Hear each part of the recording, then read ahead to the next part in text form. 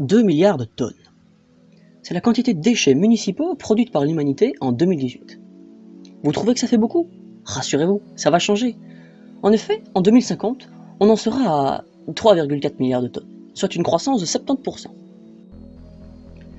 Chaque humain produit 0,74 kg de déchets municipaux par jour, soit 270 kg par an, l'équivalent d'un sidecar.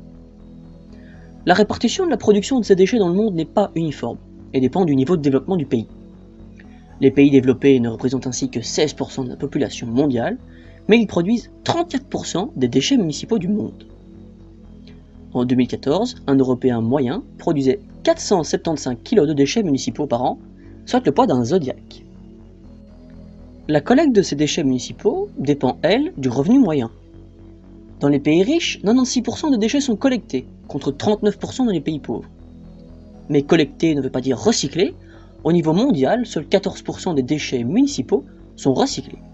Le reste est soit brûlé, soit enfoui, soit mis dans des décharges à ciel ouvert. Mais c'est quoi les déchets municipaux? Eh bien, ce sont tous les déchets qui sont gérés par une municipalité ou une institution du même genre. Donc vos poubelles, mais aussi tous les déchets des Reciparc par exemple. La nourriture et les déchets verts représentent 44% de ces déchets.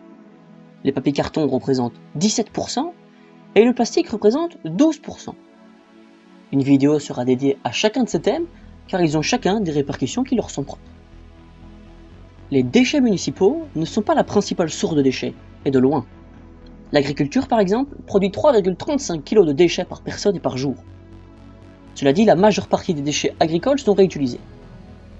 Mais le champion toute catégorie, c'est l'industrie, qui produit 12,7 kg de déchets par jour et par personne, soit 4,6 tonnes par an et par habitant, l'équivalent de 4 taureaux. Mais quel est le problème de ces déchets?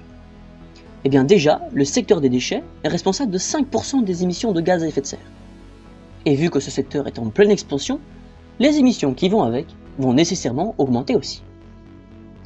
De plus, ces déchets polluent l'eau, l'air et les sols et mettent la biodiversité en danger. Il faut d'urgence diminuer notre production de déchets, et seul un changement drastique dans nos habitudes peut encore inverser la tendance. Si vous avez aimé la vidéo, mettez un like et abonnez-vous si ce n'est pas déjà fait, et n'hésitez pas à aussi partager cette vidéo, ça aide énormément la chaîne.